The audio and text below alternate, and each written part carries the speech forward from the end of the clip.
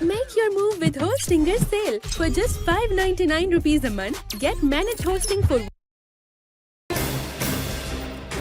With Terraria having such a wild, expansive selection of weaponry, it's absolutely no surprise that some can fall into the category of absolutely broken. And so today, we're going to be looking at the third of 4 late-game based weapons that can actually be obtained as early as straight after the Wall of Flesh. Of course, I'm talking about the Bubble Gun. I've had a lot of you guys tell me just how much I need to review this thing. So the question is, how does it compare to the Duke's other drops, and just how easy can it make your Terraria playthrough? Before we jump into it though, if you enjoy these weapon reviews, don't forget to drop a like and subscribe, as it truly helps out the channel. Righto, let's dive into this thing. As mentioned, the Bubble Gun is in fact a Duke Fishron drop, meaning as per, you can either wait till around post Pantera when you match its power level, or do the crazy and try and defeat him as early as physically possible after entering hard mode. Of course though, before any of this, we need to head to our underground mushroom biome and gather a bunch of truffle worms, which still till this day, despite what the wiki and bestiary says, I don't find rare at all, and if farmed with a water candle and battle potion, will only take you about 10 minutes or so to catch more than you'll ever need. So, with these in hand, head to your ocean, making sure you've built a nice flat platform, and cast that line out for our first attempt. Right, where do we start with this thing? Well, assuming you are playing hardcore mage for the Bubble Gun, luckily we have a lot of great items at our disposal. But do be warned, even with the best early hardmode gear, this is no easy feat. And honestly, out of every stat you could home in on, your most important one is mobility. So, assuming you equip a nice set of wings, the Shield of Cthulhu for a dodge, and another mobility boosting item like the Magilum Essence or Amphibian Boots, we can now start to focus on your offense. So, weapons-wise, the mage does actually get a load of good options, with something even as simple as the Life Drain, providing enough single-target DPS to deal with that massive health pool. But if I had to recommend one mage weapon that makes the fight go from extremely difficult to mildly engaging, then it'd be the Spirit Flame. You see, despite its annoying obtainability, if you are able to get your hands on one of these things, you'll make the entire fight just a dodge off, with the Spirit Flame's projectiles homing and dealing all the damage for you. And when it comes to Duke's final stage, make sure you use your Shield of Cthulhu dodge to fully negate any damage taken.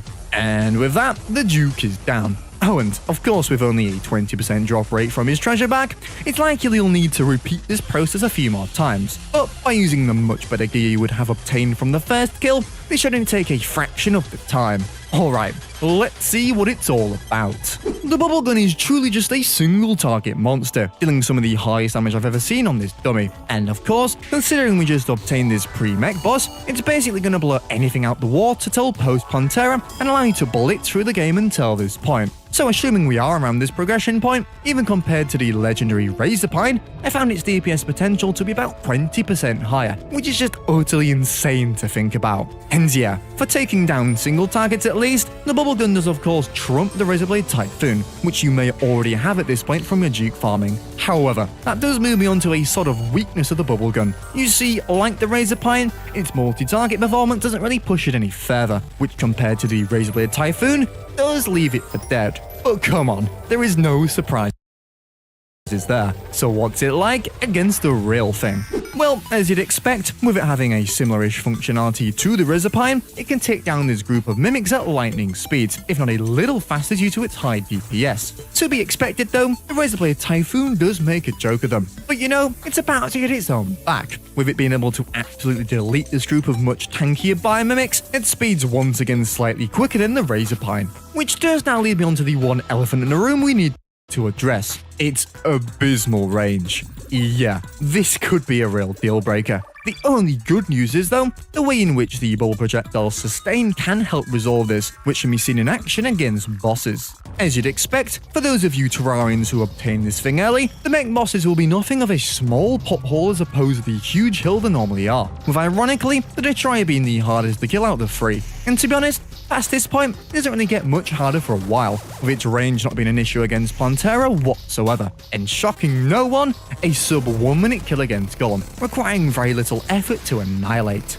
So at this point, we're finally caught up to a reasonable place in progression to use this thing. So let's see how it fares against something a little more on its wavelength. And to be honest, the Cultist has to be the only fight so far where I think you could select something else more effective, but it's still far from bad, dealing still insane amounts of DPS when fired up close, and taking it out very, very quickly. And then moving on to the pillars, I actually found the bubble gun to work the best against the more defensive-based pillars, being able to fill an area with its deadly bubbles for a long period of time. So with this in mind, how does it fare against the Moonlord? And well, you know that poor range thing I was talking about earlier? This becomes not nearly as much as an issue during this fight, due to the bubbles persisting in the air for a few seconds. However, from my own experience, I have to say I still prefer the Razorblade Typhoon for this fight, giving you a slightly less but more consistent DPS from a further distance. So there we have it, another one of those Terraria weapons you have to use at your own risk. Seriously though?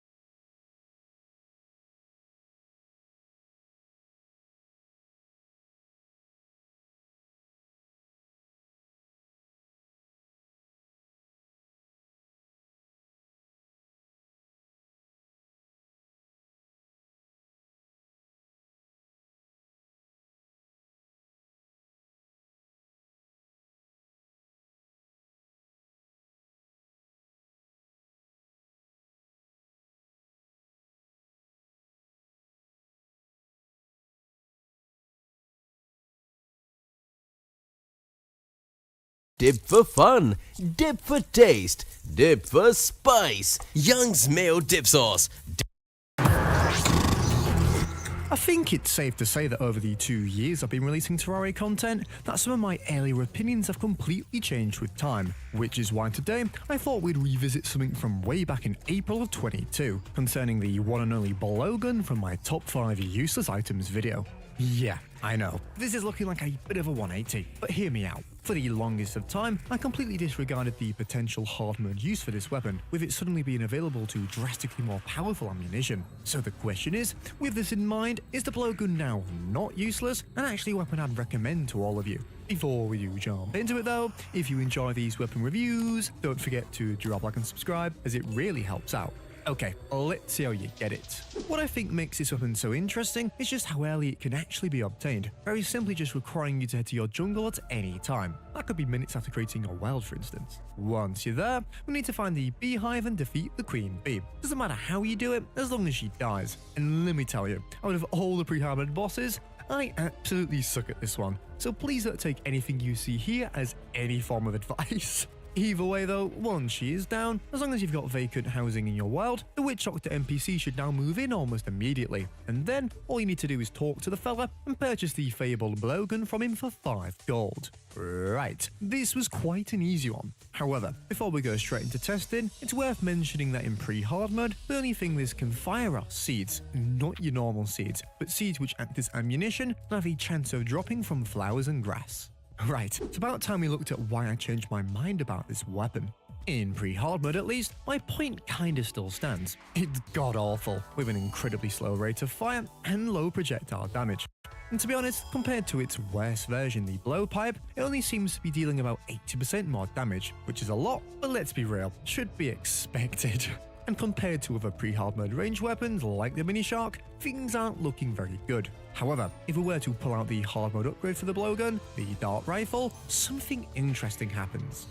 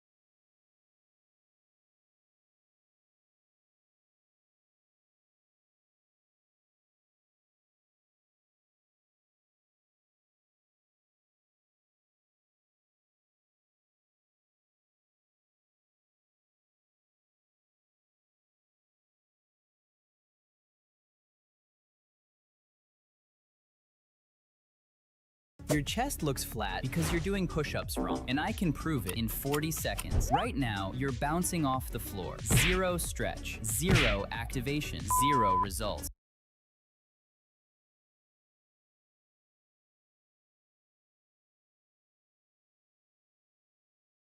Let me fix that. First, deficit push-ups. Put 2 books under your hands. Why? Because we need depth. Drop past the floor and maximize the stretch. No stretch, no size. Second, diamond squeeze. Don't just push up. Try to crush the floor together with your palms. That inward pressure is the only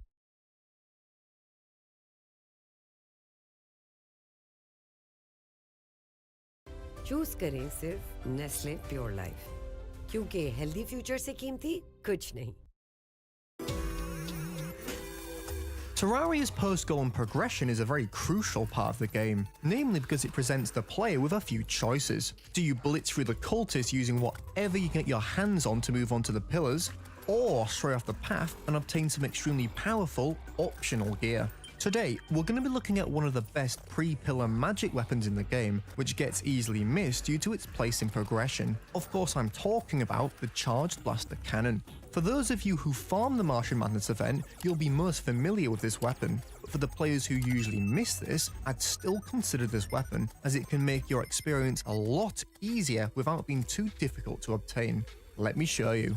As mentioned, the Charged Blaster Cannon is a Martian Madness event drop. The event's actually very easy to summon once you figure out how to increase the Martian probe's spawn rate. By placing a wall, make sure you don't kill it, as this will prevent the event from starting. Simply fly into its beam and let it fly off to trigger the invasion.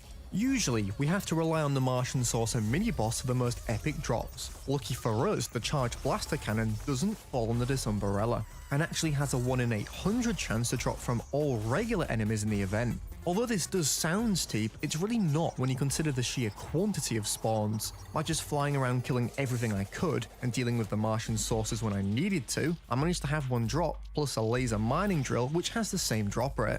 I could imagine this only taking 2 or 3 invasions at most to obtain, but RNG could go anywhere. So, assuming you get your hands on it, let's take a look at its performance. The Charged Blaster Cannon has quite the variety of firing modes, which are cycled automatically when continuously firing, starting with small rapid-fire orbs, then larger piercing orbs, until eventually turning into a solid beam which infinitely pierces and deals 1.5 times the base damage. You can also single-tap fire this weapon to create a barrage of smaller projectiles. But of course, the main utilization of this weapon is the solid beam, which can deal some absolutely absurd DPS when used in a straight line of enemies. Even against higher HP targets, it absolutely fries them due to the high rate it deals kicks of damage. Of course though, if you do get your hands on this weapon, you probably hope it does well against the cultist, as this is the next step in progression, and I'm happy to say it does an amazing job. The beam is extremely easy to aim and can drain the cultist health in no time at all. I took him out that quick, I even managed to avoid a single illusion attack. So you're still probably thinking that it's not quite worth it just for one boss fight. However, the nature of this weapon's firing mechanics makes it extremely effective against the Old One's Army event, which is something I know a lot of players struggle with at this stage. I really don't think there's a more perfect weapon for this event pre-cultist. It quite literally wipes the lines of enemies like they're nothing, and also deals good enough DPS to sort out the mini-bosses swiftly. Oh, and if the Destroyer wasn't getting abused enough lately, I figured I'd see just how quickly this thing could take him out. And yeah, it speaks for itself. So, this weapon is fantastic, but we do have to keep in mind the choices I raised earlier. Arguably, the time spent obtaining this weapon could be spent taking out the cultist and moving straight onto pillar gear. And although it does deal exceptional DPS, it is absolutely nothing when compared to the last prism, which could be obtained only a few hours after killing Golem. Like any post-Golem pre-cultist weapon, it really depends on the player's experience. If you have no need to hang around this portion of the game, I wouldn't say it's worth your time, but if you plan on farming the Pumpkin Moon or killing side bosses, the Charged Blaster Cannon is absolutely worth getting and will make this whole process a lot easier. What do you think? If you've used this weapon, what are your thoughts on it? Thanks for watching. For more Terraria content like this, drop a like and subscribe, and I'll see you in the next one. इस add की तरह नन्हे की बड़ी ग़िज़ा skip नहीं होगी with Nestle Cerelac nutri blend. आज का पाकिस्तान अलग अलग ऐप सब्सक्राइब करने के बजाय ऑनिक के प्लान सब्सक्राइब करता है After defeating Plantera in Terraria, the player is introduced to all sorts of new and unique weapons to go out and obtain. This part of the game in particular can be quite overwhelming though, due to how fast you're able to plow through progression, making most gear between this point redundant. Today, we're going to be looking at a weapon which sounds powerful,